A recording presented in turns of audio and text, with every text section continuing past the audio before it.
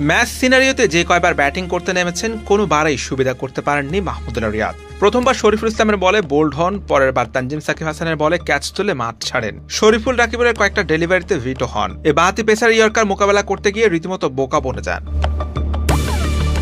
শরীফুলের good লেন্থের একটা বল of স্টাম্পের বাইরে থেকে ইনসুইং করে ভেতরে ঢুকে সোজা ব্যাট চালান রিয়াদ। ব্যাটের সামনে পড়া এমন বল বাউন্ডারি হওয়ার সম্ভাবনাই বেশি থাকে। তবে এ যাত্রায় রিয়াদের ভাগ্য খারাপ। বল সুইং করে ব্যাট ফাঁকে দিয়ে স্টাম্প ভেঙে দেন। রিয়াদকে আউট করে চিরচেনা উদযাপনে মেতে ওঠেন শরীফুল। হতাশ হয়ে মাঠ ছাড়েন মাহমুদুল্লাহ।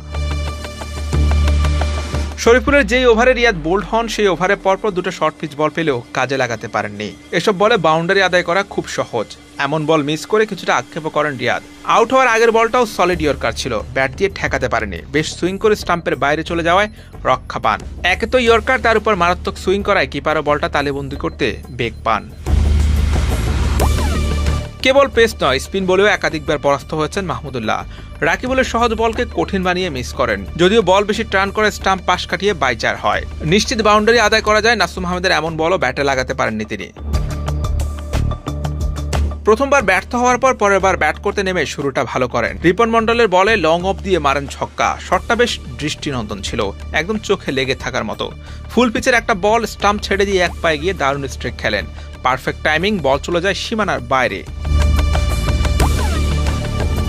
মঙ্গলবারের ম্যাচ সিনারিতে দেখা যায় পেসারদের বল খেলতে বেশ বেগ পেতে হয় রিয়াদকে। ঠিকঠাক টাইমিং মেলাতে পারেননি।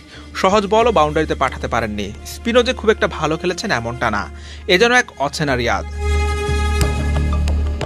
ভারত কঠিন প্রতিপক্ষ। তাদের পেস এবং স্পিন উভয় অ্যাটাকই ভয়ঙ্কর। এমন বোলিং লাইন আপের বিপক্ষে ভালো ব্যাটিং করতে চাইলে চাই কঠিন প্রস্তুতি।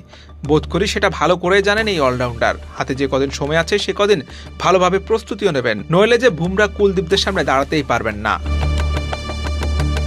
টি-20 বিশ্বকাপ থেকে ব্যাটে রান নেই সাইলেন্ট কিলারের। সবশেষ টি-20 বিশ্বকাপে 8 ম্যাচে করেছেন মাত্র 135 রান। তবে ভারতের বিপক্ষে সর্বোচ্চ 40 রানের ইনিংসটা খেলেছেন।